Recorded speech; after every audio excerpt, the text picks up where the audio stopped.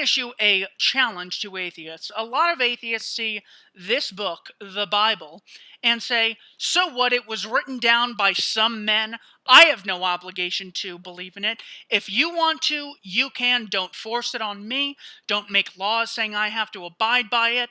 And also, it's totally irrational to believe something just because someone wrote it down. That doesn't make it true.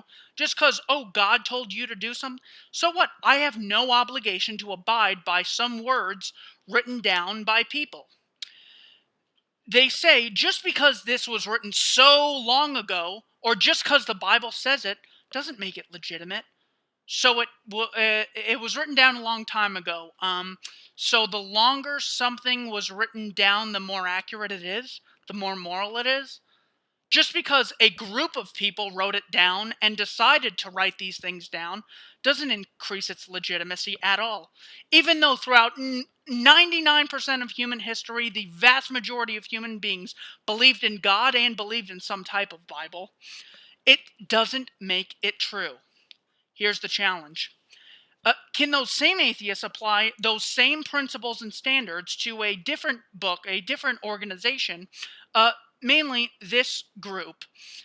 Just because a group of men wrote these words down does not mean you have any obligation to abide by them. When it says, by writing this down, us 39 guys 250 years ago now make it okay to take your income, or to wage war, or to tax an exchange between you and another individual, or to draft you. The fact that this is now a much bigger book of laws that Congress has contributed to, it is still equally as irrational as saying, this book was written and now you have to abide by it. This government exists and you have to abide by it.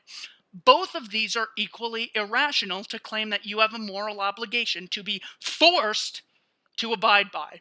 A lot of atheists will say, don't push your religion on me.